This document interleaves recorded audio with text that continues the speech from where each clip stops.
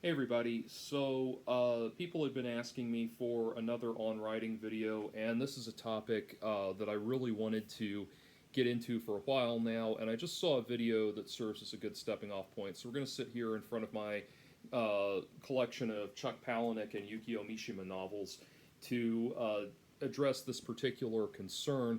If you're wondering about the red flecks on the wall behind me, let me assure you they are blood.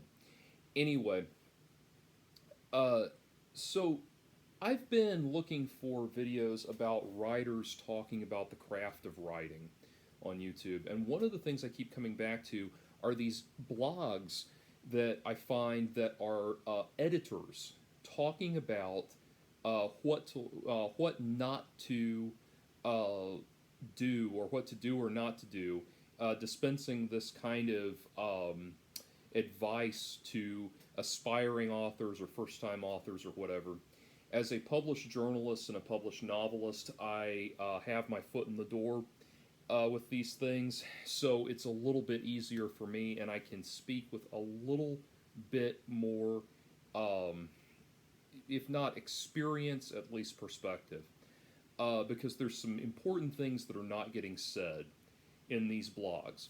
And to give you an example of what I'm talking about, I just came from a video by a Miss Ellen Brock. I'll put the link in the crotch bar. But Miss Ellen Brock, and she was talking about what to never do in your first chapter. And I have a real problem with these what to never do things, these lists of never do's, because it gets you into uh, just this immobile place where you're never going to write anything.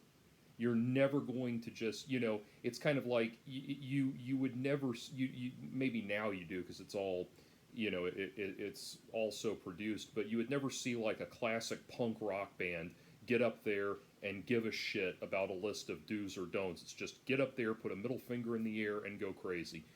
And that intensity, that passion, that fiery passion, gets cut out from writers when they hear shit like this. And I want to clarify, by the way, I know we live in the age of the internet where when there is no such thing as a polite disagreement anymore. So let me assure you, I'm sure Miss Brock is a lovely woman. I just happen to disagree with her on this. This is in no way me releasing the hounds or anything like that. I'm just trying to make a point. So let's do the whole big boy pants thing and move right along. Anyway, so she starts listing these things never to do in your first novel. Now, or in your first chapter of your novel. Now, she says if you do these things, editors will stop reading immediately. I'm going to tell you right now that's bullshit. Editors read, or at least they delegate to their staff the reading of every single manuscript that comes in. Every manuscript that comes in will get read in its entirety, because no editor can afford to miss out on the next big thing. All right, I mean, I case in point, I mean, there's a huge corollary between this and the music industry. Um, I know a guy whose band was signed to Metal Blade when they passed on Nirvana. You know, you can imagine how mad that the execs and the top brass at Metal Blade were when that happened. Anyway, so everything you put out, or everything you send to an editor, will get read because they can't afford to miss out on the next big thing. And so that is BS right away. But then the nevers that she does every time she gave a never do, I thought I was able to think of either a classic novel or at the very least a very successful novel that did exactly that. She said, never open with a description of the weather. Oh, you mean like Neuromancer? She said, never open with a character being chased. Oh, you mean like Naked Lunch? She said, never open with a dream. Oh, you mean like Gravity's Rainbow? She said, never open with a description of the main character. Oh, you mean like 50 Shades of Grey? Again, that's not a classic, it's just extremely successful. So that's the thing. With every single one of these, you're going to be able to find an example of a classic novel that has done exactly that. and has been either critically or commercially successful, that has stood the test of time. All of that that has totally defied one of these things that they're laying out. These things are arbitrary. They are nonsense. It's just like when I was in music school, we had this guy come in. There was this special guest speaker that came in, and he was giving us all of these things that talent buyers at clubs are looking for. Which this was now completely outdated information, because the only thing that talent buyers are looking for at nightclubs is a beat that goes and a vocalist that goes da it da it da it da it. But anyway, but he said, I digress. He said, you will never get hired if the band members' feet are visible in your group photo. He never said why, he just moved on to the next damn thing. And after a while, you start to realize, no, this is nonsense. If the product is there, they will work with you. That's it at the end of the day. So, the thing is, when you hear these editor blogs on YouTube, the advice they are giving you is it's very much a matter of winning the lottery when you get published. There's a saying in literary circles that it's hard to get published without first having an agent, and it's hard to get an agent without first having been published. And I've been published as a novelist and a journalist, so I've got my foot in the door in that regard. But for a lot of people, they are kind of in that eternal washing machine cycle of just endless chasing of foot in the door. But I'll tell you this, my first novel, Eros Empire, found a publisher because I did an interview with I was doing blogs about at the time, blogging about the adult film industry and my research into the adult film industry. And I did an interview I was featured in a blog that was done by one academic woman who was writing about the porn industry. I was featured in a blog, in her blog. That blog was then seen by an adult film industry news website that did a huge, long, very in-depth interview with me. And they said, the editor of that website said, well, hey, I just reviewed a book by, in this case, my book Eros Empire was published by Bear Manor Media, so I just did a review of this book that was published by Bear Manor Media, that they have commissioned a series of fiction novels based on the Johnny Wad character that was performed by John Holmes. So why don't you get in touch with Ben over at Bear Manor Media? So I did. I reached out to Ben and said, Christina over at Adult Industry Daily, AIP Daily, said that I should get in touch with you, and that initiated a discussion with us. My first novel was published. They were interested in putting it out. They had a kind of, Eros Empire is not really erotica, but it was a nice rollout with their erotic fiction imprint. And so they put it out, and that was that. You just meet the right people at the right time. That's the main thing that happens. And it's aggravating because you pour your heart and soul into your writing, and 9 times out of 10, it's just about showing up at the right place at the right time. And that is not there's no how-to for that. It's kind of like in my music life, I almost did a solo album one time with Jeff Pilson from Dokken playing bass. How was I able to finagle that?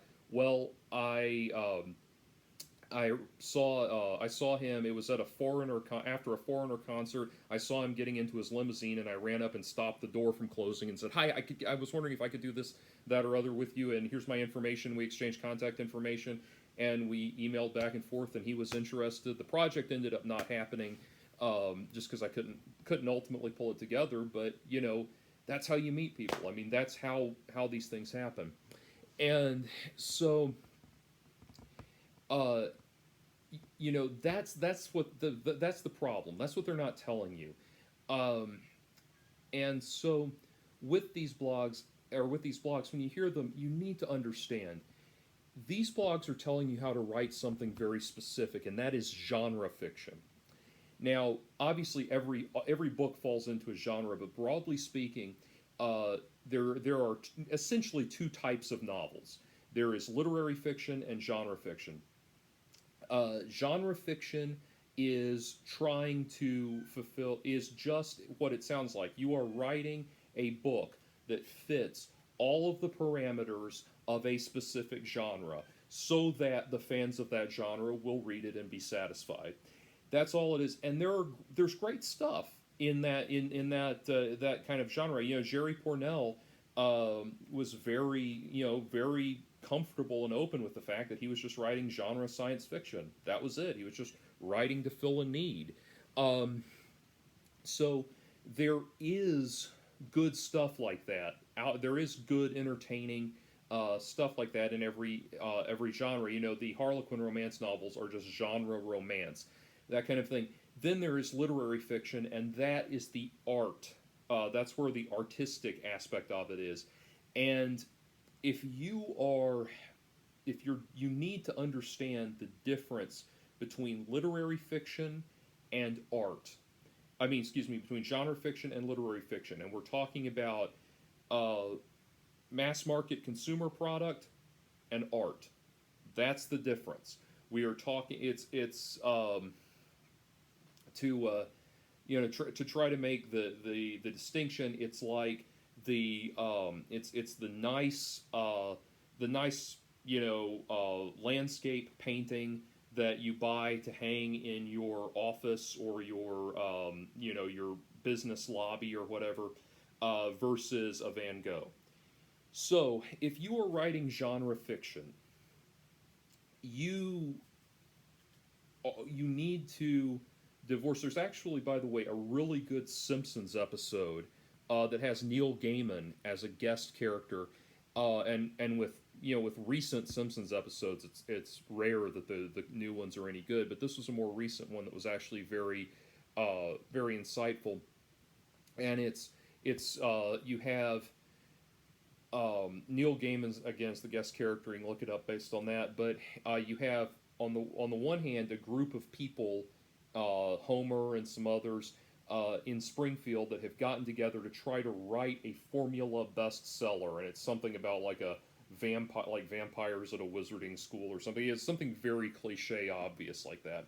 And then on the other hand, you have Lisa, who is writing something that she really deeply cares about. And the lesson that's ultimately realized by the design by committee writers of this formula young adult book, what they ultimately realize is that they actually do have pride of authorship, and they actually don't want to change it and just let it be mutilated for the sake of being genre fiction. And that's what you need to understand. If you are going in to write genre fiction, you have got to leave your artistic bent at the door. All of your artistry is icing on the cake. That's all it is. It's you know the and using the cake metaphor, it's like if you're doing genre fiction, you're just making a good pound cake, just a nice. And I love a good. Well, I don't eat sugar anymore because of CrossFit, but if you just a good old fashioned pound cake, that's genre fiction. Literary fiction is the beautifully sculpted cake for the $1 million bride and groom 1% wedding extravaganza, and that is what you've got to understand. You are very often as a writer, you're going to find yourself having a very hard time, because writing is very different from, I think, a lot of other forms of creation. Where, like, with music, I can put my heart and soul into music, into a musical piece I'm commissioned to write.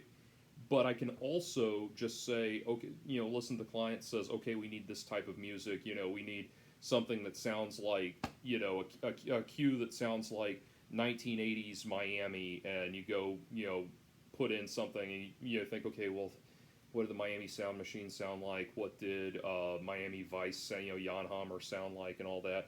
And you think about that. You think about what are all of the cliche elements of that sound. You dump it all together, mix it up, give them what they ask for. That's writing genre music versus the getting lost in the absolute artistry of it. It's the same thing there. When you write, don't listen to any of these blogs from editors. Write. Do it. Get it out there. One of the things that Neil Gaiman says in they've been showing the preview for his masterclass episode, which I actually would like to see once finances allow. And but they've been doing the preview, and he says the first thing he says is the purpose of your second draft is to convince the reader that you knew what you were doing all along. And that's absolutely true. Talking about Chuck Palahniuk, I met him when he was on the book tour for Snuff, and my question for him, Chuck Palahniuk is known for twist endings. Unlike M. Night Shyamalan, he's known for good twist endings. And so I just asked him, I said, how do you write a good twist ending? He said, you rewrite. That's it. He only had like 2 seconds to talk to me, but he said, you rewrite. That's all there is to it. And he's right. I mean, you go back, you build up your twist ending, you get to your great twist ending, and you do it, and then you go back and you reinforce all of these clues leading up to it. You reinforce the build up to it. Now that you know what it's going to be, you can go back and fill in all the gaps. Where was I going with this? Anyway, but that, the point being, just write, just do it, just get in there and do it, because I'll tell you this, writing is. I read a great essay from Danielle Steele, of all people, talking about how the hard. You talk about genre fiction. The hardest part of it is doing it, is the doing of it, especially now in the age of social media, and in the age of all of these distractions and everything. All the distractions, all the video games, and all the music, and all the social media, and all that. The hardest thing is just doing it, and just frickin' do it. That's the thing. And I'll tell you, my first novel that I wrote when I was 14. And, I mean, it was about 450 pages, I think, and it was science fiction. It was the kind of thing that a precocious 14-year-old boy would write. But the one thing I took away from that was the doing of it. Like, I understood the doing of it. And it's weird. It's like there's a physical sensation when you know you're doing it. When your pants are full of sweat, and you're just sweat because you've been sitting in one fixed position like this for hours, and there's pain in your back because you're doing it, and you don't care because you're on a roll, and you've got to get this out, and you've got to get this down, get it down, get it down, get it down. Once you're in that zone, once you find that, that's the most important thing. And if you don't have anything, just write anything. Just say stuff. Just get words on pages. Patton Oswalt has this great commentary, this great comedic riff that he does talking about Edgar Allan Poe. And he said the reason Edgar Allan Poe wrote so much brilliant stuff is because Poe wrote everything. He just wrote constantly. So when you read the complete works of Edgar Allan Poe, you have the Telltale Heart and the Red Death and the Pit and the Pendulum and all of these brilliant stories, and then you also have completely idiotic crap. But that's okay because there's really fantastic stuff that came out of just writing. And Edgar Allan Poe, as Patton Oswalt put it, was like, "Quoth the Raven, nevermore." And now here's a story about my pants. I mean, it's just write, just do it. That's the punk rock aspect of it. That's the energy. You got to have your energy. And these people, these editors, these blogs, don't give you that. They don't tell you that. They don't tell you to get worked up and passionate and write and do it. They tell you to they tell you to basically they basically almost talk you out of it. They put you in a position where it sounds like everything you do is going to be wrong with these lists of never do this, never do this, never do this. Just fucking do something, you know? I mean, one of the, for example, my Eros Empire, my first book, technically, from a technical standpoint, it starts with a dream sequence, or what could be construed as a dream sequence. And what I mean by that is it begins with a film, a movie being filmed, a pornographic film, and it starts out like I just started out telling the scene like it was an actual scene in a story, and then the behavior and the statements of the characters and the ridiculous things they're saying and the way they start acting gives away the fact that this is actually a porno film that's being filmed. And then when somebody calls cut, it just comes as kind of a punchline because this has all you've been realizing what's been going on. So that's essentially a dream world for all intents and purposes, because we are putting an imaginary realm within the realm of the actual story. My editor still wanted to publish it, and I'm working on my second novel right now, or I should say, I'm working on probably my fourth or fifth second novel, actually, given all the manuscripts I've started. But this one I'm 100 pages into this one, so it's definitely getting finished. But my new novel starts with a character sitting in a car. I don't know if that's breaking any rules, and I really don't care.